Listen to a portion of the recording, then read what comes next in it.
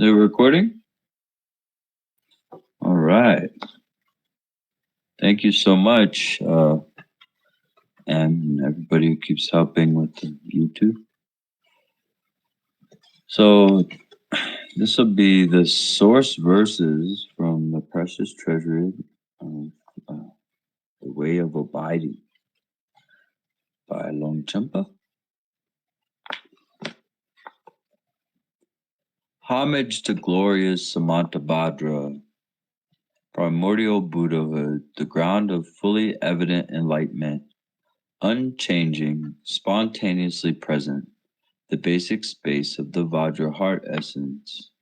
The nature of mind is natural great perfection. I pay homage to this with nothing to discard or adopt, nothing to come or go. The expanse of inexpressible nature of phenomenon, the very pinnacle of view, is great perfection. Listen as I explain, according to my realization, the meaningfulness of that which transcends everything and is unlike anything else. For the categories of mind, expanse, and direct transmission, the consummate meaning of the heart essence is that of ineffability, openness, spontaneous presence, and oneness. Now, just to be clear here, they're talking about the Semdi, Longdi, and Mengagdi. So again, this is sort of good news for the Dzogchenpas, particularly practicing in the group here, because um, this is saying that the heart of it all, the heart of all three classes of Dzogchen, are the four samayas.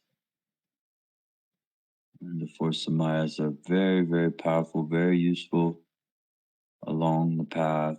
And if you use the four stages as sort of guideposts, along with the four visions, if you like, if you can find a good translation, then it'd be very good. You know, you don't have to bring so much into your practice. You can really simplify this equation by using the four samayas. Each of these has four divisions, revealing the key point, discerning the implications, embracing the larger scope, and coming to the decisive experience. Of these, I will first demonstrate the theme of ineffability. The ineffable nature of things is that they are empty by virtue of their very essence. In the vast expanse of awakened, equal to space, however things appear, they are at the same time ineffable by nature. Within the womb of basic space, as an infinite sky, however the universe manifests through transitions and changes in the four elements, these forms of emptiness are ineffable by nature, as are phenomena that are the manifest aspect of awakened mind. Just as illusory images, while manifesting in any way whatsoever, are empty by nature and have no substance, so all phenomenon, the world of appearances and possibilities, even as they manifest, do not waver from awakened mind and have no substance. Just as dreams do not stray from sleep, and even as they appear, are by nature ineffable, the world of appearances and possibilities, whether of samsara or nirvana, likewise do not waver from the scope of awakened mind, and has no substance or characteristics. Although phenomenon appear as they do to the mind, they are not mind, not anything other than mind. Given their illusory nature, as clearly apparent yet ineffable manifestations, moment by moment they are beyond description, imagination, or expression. Here, if anybody has any quarrels uh, regarding the first samaya, if it should be defined as ineffability or non existence, because I know that some really prefer the latter term, non-existence. But here Longchenpa clearly defines the first samaya as beyond description, imagination, or expression. That's ineffability. And then also, if you notice, he talks about manifestations. So it's not non-existence. There can't be manifestations. If there's non-existence, that means nothing's there. They're talking about nothing substantially existing, like as a permanent fixture on its standalone sort of island of existence. So very clear here, very clearly define the first samaya.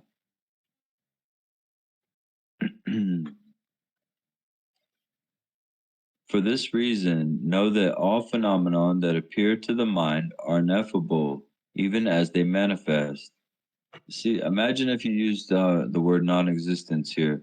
For this reason, know that all phenomena that appear to the mind are non-existent, even as they manifest. Well, how could something manifest if it's non-existent? Yes, substantially we can say it's non-existent, but we can't completely say there's nothing that exists there. Otherwise, we'd be constraining ourselves to the four extremes and basically to samsara's rule book.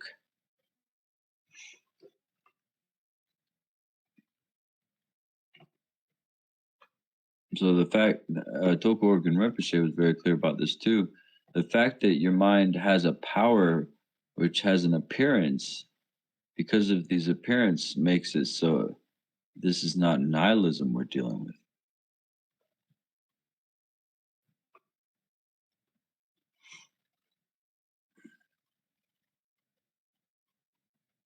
Yeah. And so, just as apparent objects are ineffable by nature, the nature of awakened mind, which perceives them, is in essence ineffability, like that of space. Know this to be beyond description, imagination, or expression. In naturally occurring timeless awareness, the ultimate heart essence, there is no causality, so the abyss of samsara is crossed. There is no better or worse, so samsara and nirvana are integrated mandala. There is no error or obscuration, so the three planes of conditioned existence are seen through incisively. Enlightenment.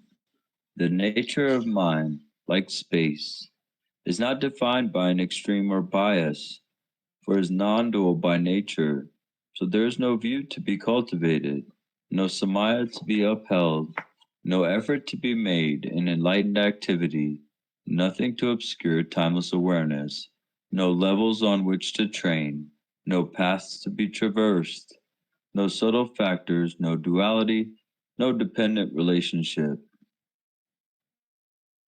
Since value judgments are transcended, there is nothing spiritual or non spiritual. This expanse, like an isle of gold, in that it entails no differentiation or exclusion, is the naturally occurring nature of mind, like space, ineffable by nature, and beyond all characterization or expression. Within the heart essence, awareness as such, there is nothing to improve upon, so positive actions bring no benefit. There's nothing to deteriorate, so negative actions inflict no injury. There's no karma, causality, so there is no happiness or suffering as its inevitable consequence. There's no better or worse, so there is no rejection of samsara or acceptance of nirvana. There's no way to think of or express this essence, so there is freedom from all such attempts. There is no before or after, so successive lifetimes are mere labels. How can anything be perpetuated? How can anyone move through samsara at all?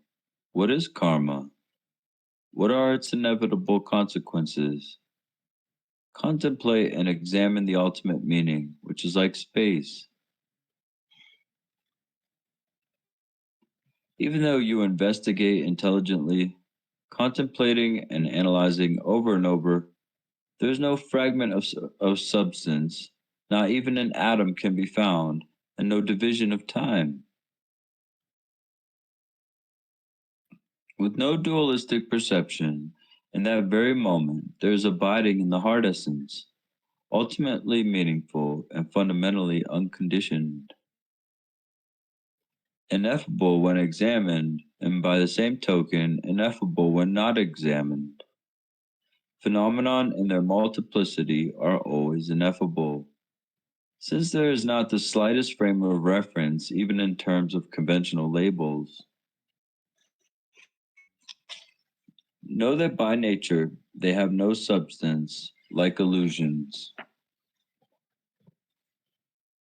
Within the context of emptiness that is inherent in dreams and magical illusions, those who are unwise and immature are bound by fixation, but those who are conscious of the nature of these cannot be bound. Likewise, people who lack wisdom concerning ineffability are bound by fixation on identity, and so are caught up in samsara, while wise people who are immersed in genuine being, aware of thatness, and decisive in the very moment about ineffability, are free within the expanse, the nature of phenomenon, in which there is no causality. In the awakened nature of mind, which can be neither affirmed nor denied, timeless awareness without dualistic perception abides as a matter of course. In naked awareness, involving no causality, abides the unique sphere that is neither positive nor negative. In unobstructed awareness, without limit or center, the wholly positive enlightened intent of Dharmakaya abides as a matter of course. In enlightenment, self knowing awareness, the heart essence of ineffability, the total pure and non referential intent of victorious ones is clearly evident. As the natural manifestations of awareness, ineffable phenomenon arise as its unceasing display for those immersed in the genuine nature of illusoriness. They decide that these are ineffable even as they arise and do not react in the slightest with acceptance or rejection. They abide in supreme, imperturbable rest, which is carefree with a deep inner spaciousness. The immature, fooled by what is ineffable, are like deer pursuing a mirage of water for which they thirst. Since they invest meaning in conventional labels, the language of confusion, they are hampered in their respective philosophies, misconstruing phenomenon as having identity. Okay, I think we can pause here. Any comments or questions so far?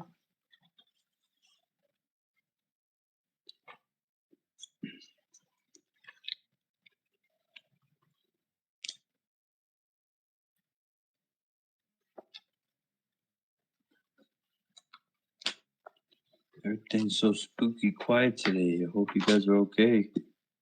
Maybe sleepy.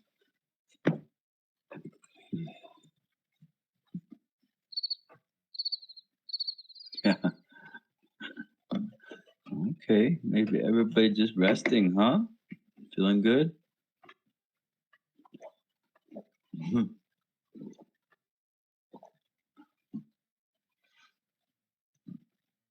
We have to figure this ineffability thing out here, man.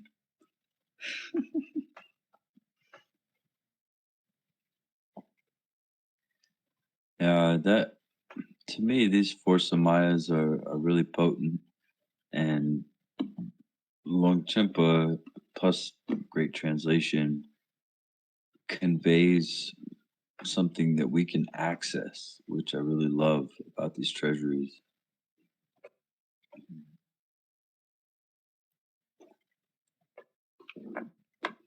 I mean, every word in this book is about your awareness. It's just And we're so lucky to have these texts that are elucidating, right? I think it's elucidating. Yeah, our mind, our Buddha mind, right? And it's basically like, if you're driving in a very heavy storm, rain clouds and everything, and you're on the phone, speakerphone, hands free, okay. And I was telling you directions, basically, um, and you start to drive. At first, you don't see, but then the road starts to clear up, and you know which way to go because somebody told you all the signs to look for. Out here, we have roads like that. No road signs. You got to follow the way it curves and the tree, and you see the certain like a broke down camper or something. You turn right. So it's kind of like that. Maybe that's not the greatest metaphor, but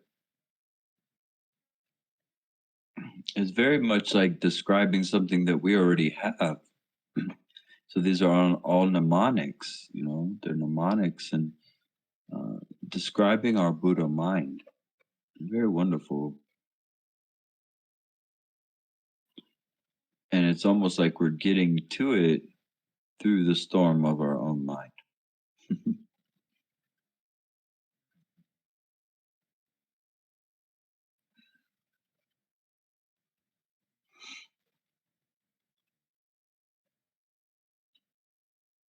Okay. Well, any final thoughts before we go today? A nice little power session.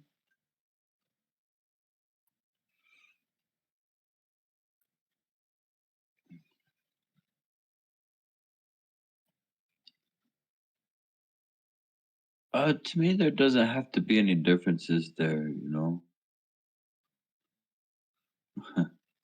Well, the fourth vision is enlightenment, but there doesn't have to be a difference between Chöd and Chöd. As you can see, the word Chöd is in Chöd, right? Chöd is typically just when it's used as a standalone word like that. It's typically used for the shamanic practice that I was showing in the last session. Oh, Brandon's here actually. Well, I would have gone over it today. Yeah, well, actually, Brandon, I didn't. The only reason I didn't go over it in this session was because I didn't know you were here. Otherwise, I would have went over it. I Oh, can do a basic. I can do a basic introduction, and then tomorrow we'll go over it and we'll record it and have it a little bit more thorough. But okay. basically, what I told everybody in the last group is I introduced the Longchenpa bellowing laugh of the Dakini Chöd text and how to do the drum, basically how to hold it. Very simple. I didn't go over too much, and of course, the Chöd we do in my tradition is relatively long, have complex changes. So I would start with Om Mani Padme Hung if you're starting this, but so you want to grab this little thing in your hand, and so you'll be going like this. And you got to try to let the drum do most of the work if you can. The way I was taught is that if you can make the face, see how the face is facing you.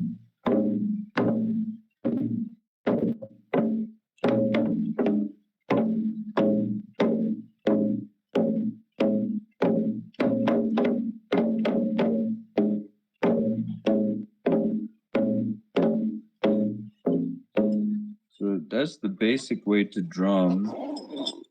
And of course, course, you'll have this bell too. And if you want to be, I'm very precise with how I do everything when it comes to these practices. So I put my thumb on the face like that, and nobody really does a protection mudra, but I do. I keep a protection mudra as I'm ringing the bell. And like I was saying in the last session, there's different degrees. You can muffle it with your palm right here. So you can go, or you can make it loud. Flip, and get all the cats out of the way. They love chöd drums, apparently. I learned that today.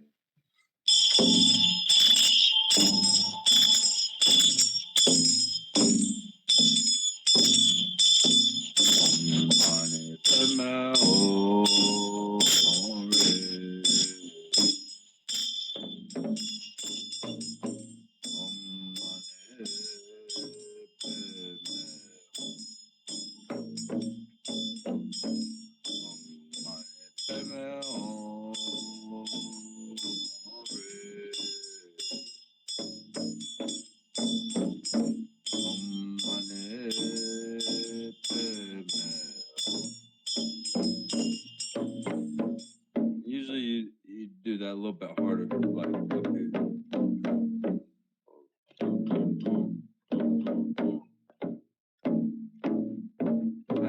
I literally have a cat attached to my chöd drum.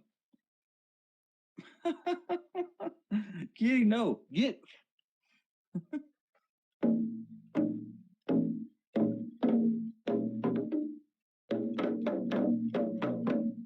See, it'd be a little bit harder, but I'm not trying to wake everybody up right now. All these doggies are sleeping. And then it goes. Let's wake them up.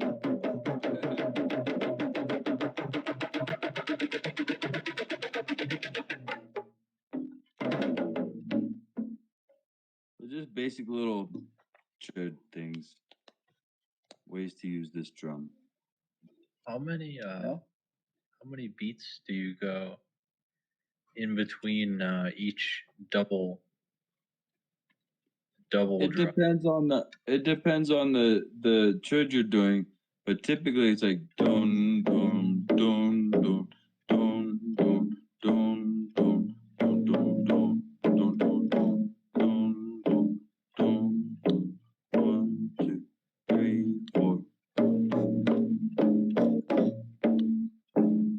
So it's the 9th and 10th beat. 1, 2, 3, 4. 1, 2, 3, 4. 1, 2, 3, 4. So it looks like two sets of 4. Okay. But that for Om Mani Padme Hum, which I'm not just making that up, that's an actual chöd practice, a very short one that some yogis do. Om Mani Padme Hum, re, dun dun dun dun dun dun. Om Mani Padme Hum. Om Mani Padme Hum, re, dun dun dun dun dun dun. Om Mani Padme Hum. Thank you. Mm-hmm. I hope we can record that because I have to get the timing down with the chanting. Yeah. Could you take down the video, the chöd video that we posted? I changed my mind about that. That video was done like 3 years ago, and I'd like to put it all together with the drum. I don't have the drum and stuff on that one.